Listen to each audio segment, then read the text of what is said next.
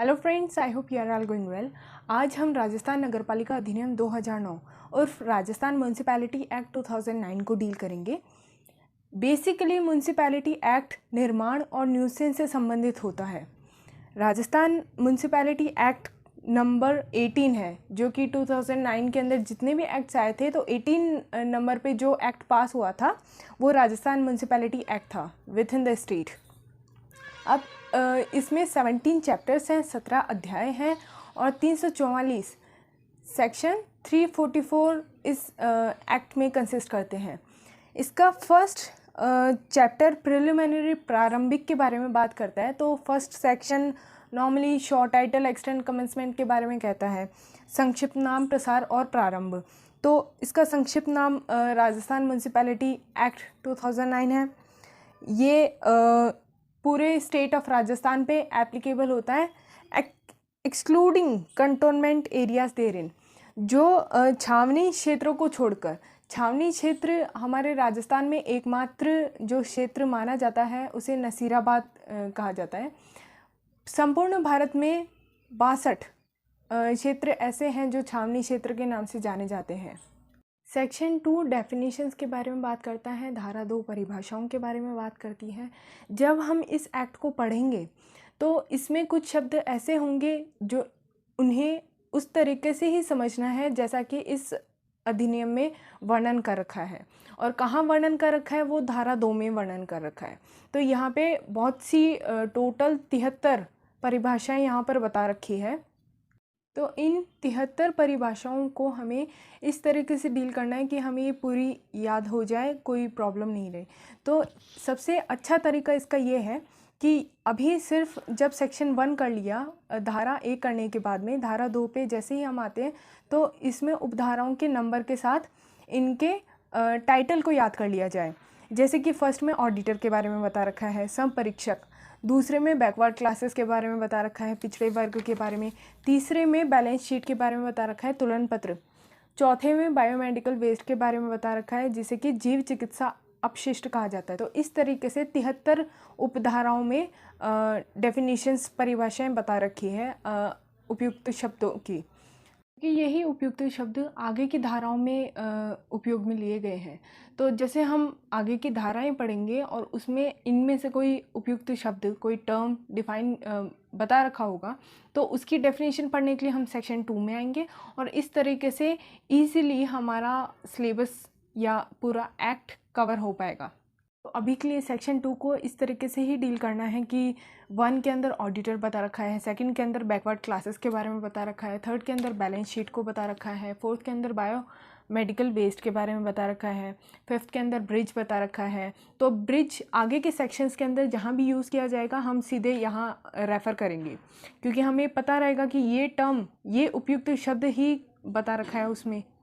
तो हम इस सेक्शन को ईजिली कवर कर लेंगे और इस तरीके से इस एक्ट से बोर भी नहीं होगा, क्योंकि ये एक्ट बहुत मार्क्स स्कोर कवर अप करके रखता है इस एग्ज़ाम के अंदर।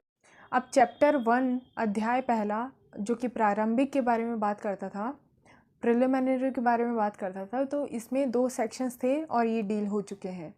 अब आते हैं अपन चैप्टर 2 के ऊपर। तो चैप्टर 2 बताता है कॉन्स्टिट्यूशन गवर्नमेंट ऑफ म्यूनसिपैलिटीज़, नगरपालिका का गठन और शासन।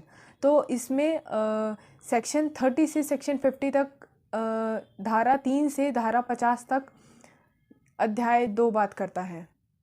अब इस अध्याय के अंदर पहली धारा है धारा 3, जो कि कहती है नगरपालिका के परिसीमन के बारे में, तो डिलिमिटेशन ऑफ म्यूनसिपैलिटी। अब इस सेक्शन के अंदर स्टेट गवर्नमेंट, राज्य सरकार के पास शक्ति है कि वो राजपत्र द्वारा अधिसूचना करके, राजपत्र द्वारा अधिसूचना, ये हम सेक्शन 1 में भी डील करके आए हैं, तो ये चीज़ वहाँ भी बता रखी है। राजपत्र द्वारा अधिसूचना, जो सरकार होगी वो इस नियम को लागू करेगी।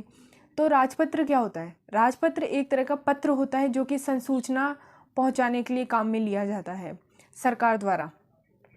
तो इस राजपत्र द्वारा अधिसूचना करके राज्य सरकार किसी भी नगरपालिका, किसी भी लोकल एरिया को डिक्लेयर कर सकती है कि हाँ आप इंक्लूड हो म्यूनसिपैलिटी के अंदर, या एक्सक्लूड कर सकती है कि हटा सकती है कि नहीं, ये एरिया नगरपालिका के अंदर, म्यूनसिपैलिटी के अंदर नहीं आएगा।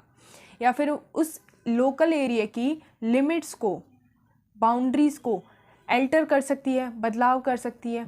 अब चाहे वो समामेलन करके करे, अमालगमेशन करके करे या फिर विभाजित करके करे, मिलाकर करे, समामेलन करे या फिर विभाजित करे, तो इस तरीके से अल्टर कर सकती है। या फिर किसी भी लोकल एरिया को सीज़ कर सकती है कि नहीं, अब आप नगर पालिका क्षेत्र नहीं कहलाएगा ये जो एरिया है। इस तरह राज्य सरकार के पास शक्ति है कि वो अपने पावर से कुछ भी कर सकती है, पर उसे राजपत्र द्वारा अधिसूचना देनी होगी। अब इस सेक्शन के अंदर कुछ क्लॉजेस बता रखे हैं जो कि ABCD करके बता रखे हैं, जिसमें कि फर्स्ट में जो स्टेट गवर्नमेंट है वो लोकल एरिया को डिक्लेयर करती है। तो इन ABCD क्लॉज के साथ 1 2 3 4 करके भी कुछ क्लॉजेस बता रखे हैं जिनमें एप्लीकेबिलिटी बता रखी है इन कंडीशंस की, कि अगर स्टेट गवर्नमेंट लोकल एरिया को डिक्लेयर करती है कि वो म्यूनसिपैलिटी है, तो क्लॉज फर्स्ट के अंदर बता रखा है, 1 के अंदर बता रखा है कि उस एरिया के अंदर जिसमें कि म्यूनसिपैलिटी स्टेट गवर्नमेंट ने डिक्लेयर कर दिया कि हाँ ये म्यूनसिपैलिटी है, वहाँ 6 महीने के अंदर इलेक्शन हो जाने चाहिए जो म्यूनसिपैलिटी के होते हैं। अब सेकंड B क्लॉज के अंदर स्टेट गवर्नमेंट जिस लोकल एरिया को एक्सक्लूड करती है, बाहर निकालती है कि ये एरिया म्यूनसिपैलिटी अब नहीं कहलाएगा, तो वहाँ भी वो म्यूनसिपैलिटी रिमूव कर दी जाती है, हटा दी जाती है वहाँ से। अब C क्लॉज के अंदर जहाँ स्टेट गवर्नमेंट ऑफिशियल गैजेट के थ्रू म्यूनसिपैलिटी को लिमिट्स में अल्टर कर रही थी, उसकी जो बाउंड्रीज थी, सीमाएं थी, उनमें बदलाव ला रही थी, और वो कैसे लेके आ रही थी? 2 तरीक़ों से। या तो वो अमलगमेशन कर रही थी, समामेलन कर रही थी कि 2 एरियाज़ को जोड़कर, 2 क्षेत्रों को जोड़कर एक कर दिया और उसे घोषित कर दिया कि हाँ ये म्यूनसिपैलिटी है, या फिर विभाजित कर स्प्लिटिंग करके। तो C क्लॉज के अंदर राज्य सरकार का ये जो स्टेप था, उसके अंदर जो पुरानी म्यूनसिपैलिटी के चेयरमैन, वाइस चेयरमैन थे, वो मेंबर बन जाएंगे नए म्यूनसिपैलिटी के चेयरमैन और वाइस चेयरमैन, जहां वो अमेलगमेट हुई है, जहां वो समामेलित हुई है नगर पालिका। और अगर विभाजित की बात की जाती है तो जिस तरीके से पहले जो चेयरमैन वाइस चेयरमैन थे, अब उस एरिया को विभाजित कर दिया, उस क्षेत्र को विभाजित कर दिया राज्य सरकार ने, तो जो नई म्यूनसिपैलिटी बनी है वहाँ पर वो मेंबर बन जाएंगे। D क्लॉज में बता रखा है कि अगर राज्य सरकार अधिसूचना द्वारा ये घोषित करती है कि कोई स्थानीय क्षेत्र नगर पालिका नहीं रहेगा अब, तो इसका 1 2 3 4th क्लॉज में बता रखा है कि वो अपने आप में डिसॉल्व हो जाएगा, विघटित कर दिया जाएगा। ये 1 ABCD क्लॉज के अंदर 1 2 3 4 पॉइंट्स बता रखे हैं। इस सेक्शन के अंदर जो एक्सप्लेनेशन बता रखी है, स्पष्टीकरण बता रखी है, तो यहाँ नियत दिन के बारे में बता रखा है कि क्या नियत दिवस रहेगा, तो वो अपॉइंटमेंट डे माना जाएगा जिसमें कि ABCD क्लॉजेस के अंदर चेंजेस हुए हैं। जिस डे में चेंजेस हुए हैं, बदलाव किया गया है, उसे ही नियत दिवस माना जाएगा इस धारा के अंतर्गत।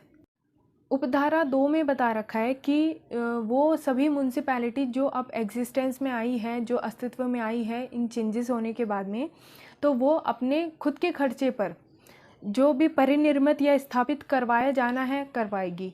और जैसा कि कलेक्टर या उसके द्वारा इस निमित्त प्राधिकृत द्वारा किसी अधिकारी द्वारा आदेश दिया जाए, तो यहाँ सिर्फ अपने खर्चे के ऊपर काम किया जाना के बारे में बता रखा है कि नगर पालिका अपने खर्चे पर ही जो काम करवाना होगा वो करवाएगी।